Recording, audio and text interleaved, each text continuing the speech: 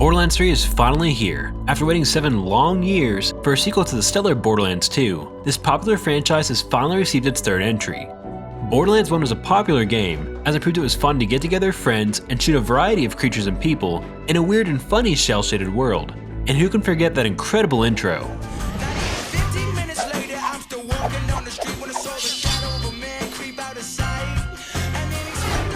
However, the game was lacking on many fronts. The story was rather weak, the music was just okay, and the environments got boring after a time, and mostly just consisted of different shades of brown and gray. Then with Borderlands 2, it literally addressed every complaint to the game, adding an amazing villain, a great story, a wide variety of environments with a diverse color spectrum, one of the best game soundtracks ever made, and of course added more guns. Borderlands 2 is considered the launch point of the rising looter shooter genre that both Destiny and The Division have latched onto. So it's easy to see why Borderlands 3 has been so heavily anticipated. And now it's finally come out towards the end of this console generation, and while people would have assumed it would be a universally praised game and been a no-brainer as a Game of the Year contender, immature and dumb actions by Randy Pitchford, invasive and extreme actions by 2K involving a YouTuber, the infamous Epic Store controversy, and some technical issues have all seen this game being panned and destroyed by many YouTubers and critics. However, I've now played around 50 hours of this game on the Xbox One X and in split screen with my little brother, and in all honesty, I think this is my favorite game of the year so far, as it literally feels like a game from the 360 and PS3 era in the sense that it's a complete game at launch, not filled to the brim with microtransactions, and hasn't deviated away from what fans have wanted, and what made the series the household name that it currently is.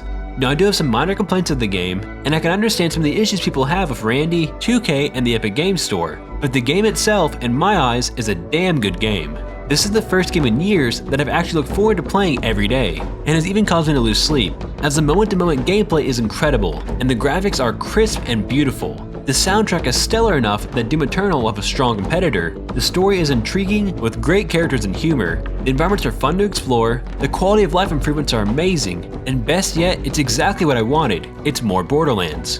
And damn is this game fun to play.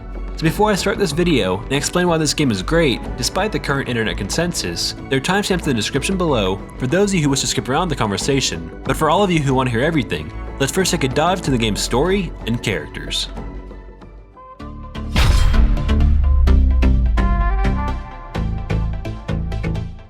Story and characters probably aren't the main talking points of Borderlands, due to the absence of these in Borderlands 1.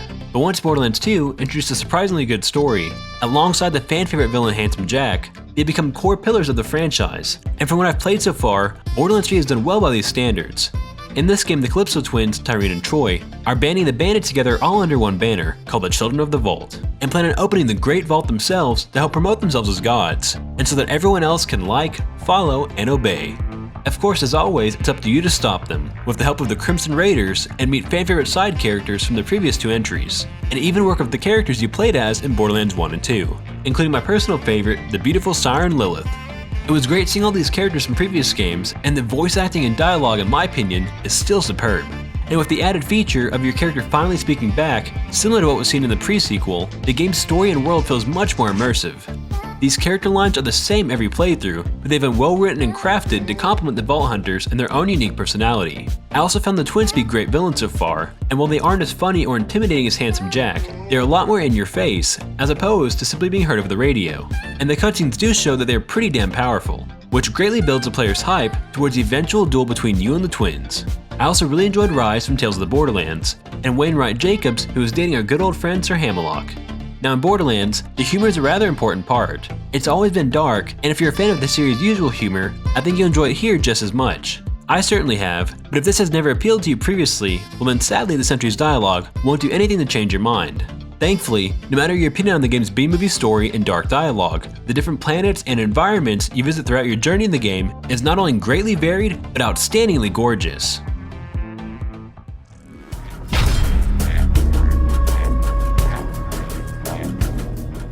One thing my brother and I kept talking about is how this game is breathtakingly gorgeous, and how we both love the environmental variety. In Borderlands 3, you start the game off on Pandora with the usual bandit patrols and skags, but soon you get aboard the new Sanctuary, which is now a massive spaceship and feels like a hub similar to the freighters found in No Man's Sky. Using your ship, you'll then travel to a wide variety of planets, starting off with Promethea. Promethea is home to Atlas and consists of beautiful futuristic skyscrapers that will immediately give off a Blade Runner and cyberpunk vibe. However, the city is under siege from Malawan, and instead of feeling like a sprawling metropolis, it is now an urban battleground.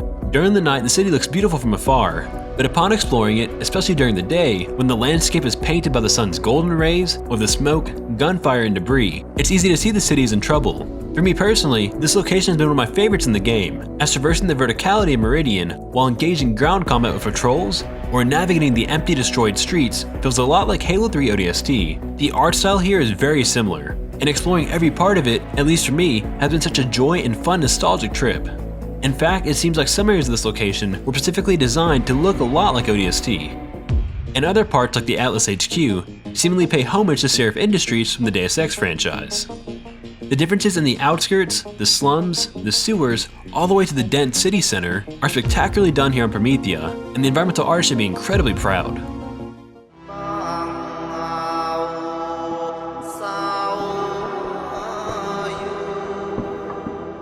After Promethea, the next planet art location you visit is Athena. This once peaceful planet is home to the Order of the Impending Storm, but is much smaller than Promethea with only one location. But its Japanese-like architecture and environment provides a fun combat area for the player, and it was still a nice outlier from the previous areas in the franchise. Next up is Eden 6, which is probably the highlight of the game in terms of planets that you visit, and seems to be the community's favorite location, as it's covered in miles of swamplands with towering greenery and massive variety of fun and unique creatures, including the obvious dinosaurs, and some monkeys with a backstory heavily inspired from the Planet of the Apes. While I haven't gotten to explore Eden 6 as much as Promethea yet, this planet is one of the most fun open world areas in the entire Borderlands franchise. It's also one of the largest by far, and the diversity between the swamplands, residential areas, and jungle is incredible, and really shows off just how gorgeous this game can be at times. And the amount of side activities and quests that you can get distracted by here as well is immense. For example, my friend and I had just completed a side mission and decided to explore a large corner of the map, and ended up mowing through hundreds of dinos before discovering a hidden T-Rex boss battle. I am brimming! Encounters and discoveries like these make this world an absolute joy to explore, and of course, along with the Borderlands tradition, each area has their own unique ambient and combat music.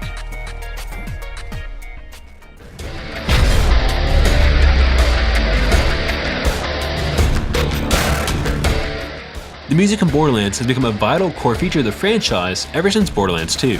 A lot of games have great music such as The Witcher 3, Zelda, Horizon Zero Dawn, Mass Effect, and etc.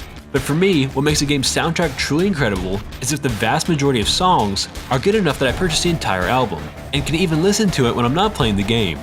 Borderlands 2 is one of those few games, with its great menu theme, environmental ambience,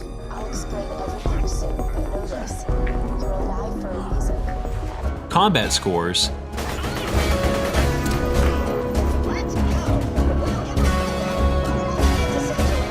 and of course, bloodshot ramparts.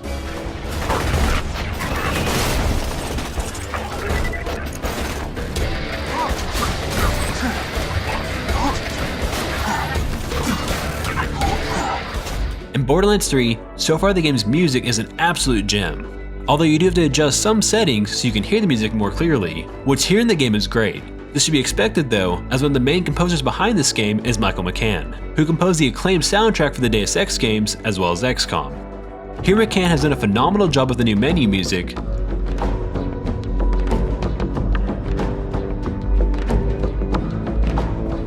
the ambient music in Promethea,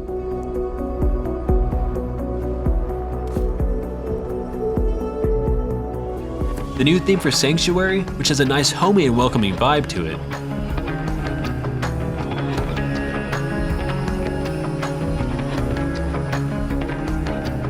and of course, the amazing combat score, especially when you fight bosses such as Mouthpiece.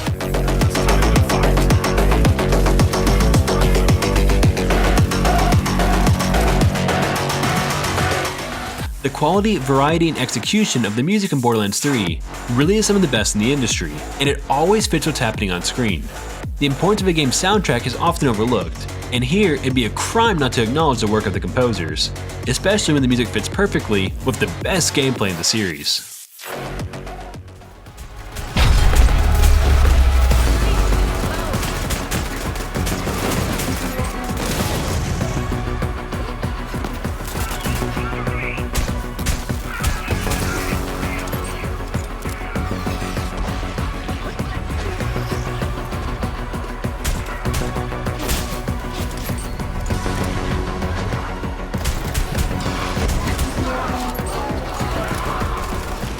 Borderlands has always been a unique visual experience, with dark humor and good loot. But the gameplay in the previous games ranged from just average to good. Now here in Borderlands 3, this game has heavily drawn inspiration from games like Destiny. Gearbox has stated early on that they have been studying Destiny for its top-notch gameplay, and it truly shows. This game feels far faster, better, and smoother than the previous entries. And I'd even go as far to say this is one of the most fun games to play this entire console generation. Everything just feels great and flows wonderfully. While the added features of sliding and clamber help movement feel dramatically different, the shooting here just feels so damn good.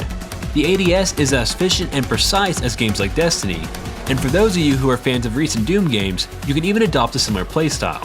This is more or less what I've done at times, where you use the hipfire with rapid movement to win most engagements.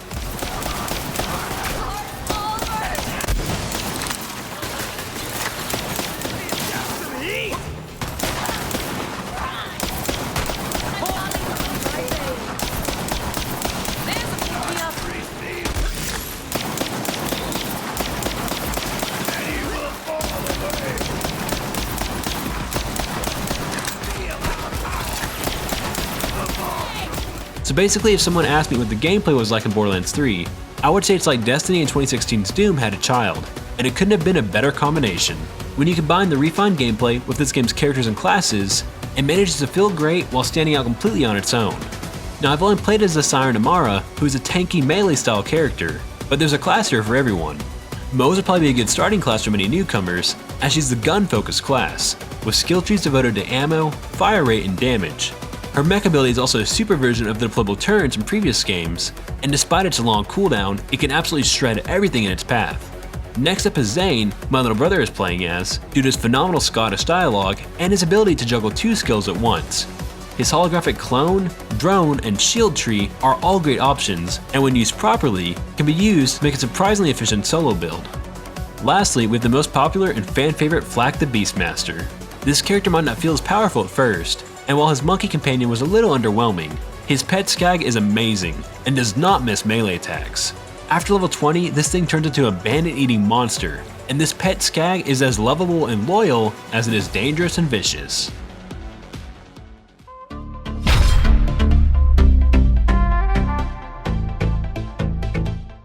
Of course, the one thing that truly matters in Borderlands above all else is the loot, and this is a home run. The game is not only generous with loot, but the loot is also amazing, and once you find those perfect guns that mesh well with your playstyle, it's hard to put the controller down.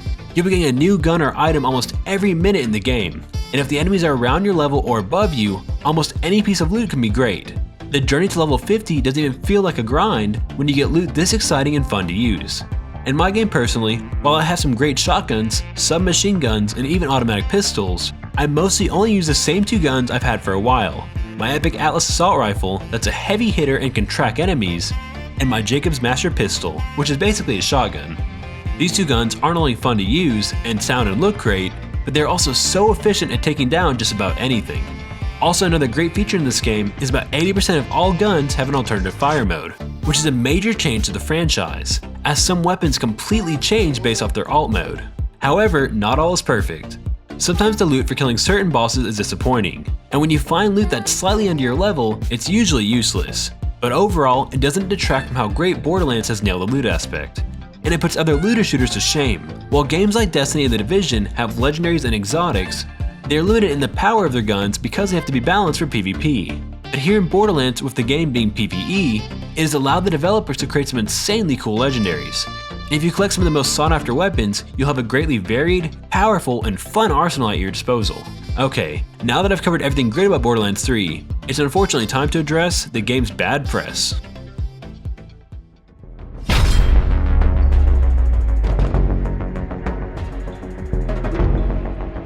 With Borderlands 3, there have been three major issues that have led to the game's shortcomings online. The first is Randy Pitchford, in interviews and on Twitter, who has been careless and even a little immature at times with what he says. And I think for the most part he should just relax and think over his thoughts before posting them online. The second major issue is the event of a YouTuber's house getting invaded by 2K investigators for apparent leaks. And the third main issue is of course the game's infamous Epic Store deal, which hasn't sat all that well with the majority of the PC community. Now I think all these issues are indeed problems, but for me personally they don't detract from an incredible game. But I can see why they do for others, and they have every right to be upset and not purchase the game. After all, ranting and yelling doesn't do much, despite the majority of YouTubers thinking that it does. But what really grabs the attention of companies is speaking with your wallet. If a company or publisher notices a massive drop in sales, low pre-orders, or a substantial increase in refunds surrounding the same timeline of bad press or technical issues, then the company will actually work to fix or address those problems. Now real quick, I'm a console player mainly, as my laptop just isn't that powerful, so I can't voice my opinion much on the Epic Store stuff. However, I don't like console exclusives that much, so I imagine it's something similar to that for the PC players.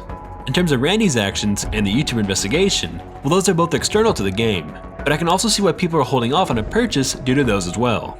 At first I wanted to criticize gamers for doing this, but then I realized I do it too. I, along with a large portion of the Star Wars fandom, thought The Last Jedi was the worst Star Wars film by far, and mostly just served as a Disney product to push their strong political views, at the expense of making a good film. I know many also loved the film, but many also did not. Moreover, along with me not liking the film almost at all, I also found the way Disney higher-ups treated the fans absurd, and it made them come off as children. This was similar to the director Rian Johnson, who continuously tries to piss off fans on Twitter and even personally attacks them, showing Rian is truly a child. From those actions alone, I have stopped supporting Disney Star Wars, and from Rian's actions, even if he makes an amazing Old Republic trilogy, which is my favorite era, I will never see his films again until he formally apologizes to fans and starts taking the high road. Now, I never hold grudges against people if they apologize, but if they keep that same flawed ego and disrespect, then I'll make sure I never add to their finances. So if fans of Borderlands are taking a similar stance to Borderlands, 2K, and Randy to how I am with Star Wars, Disney, and Rian Johnson, then all the power to you, and use your wallet to take a stance. It's entirely up to you, and that, my friends, is the beauty of capitalism. It's just unfortunate that this had to happen to Borderlands 3.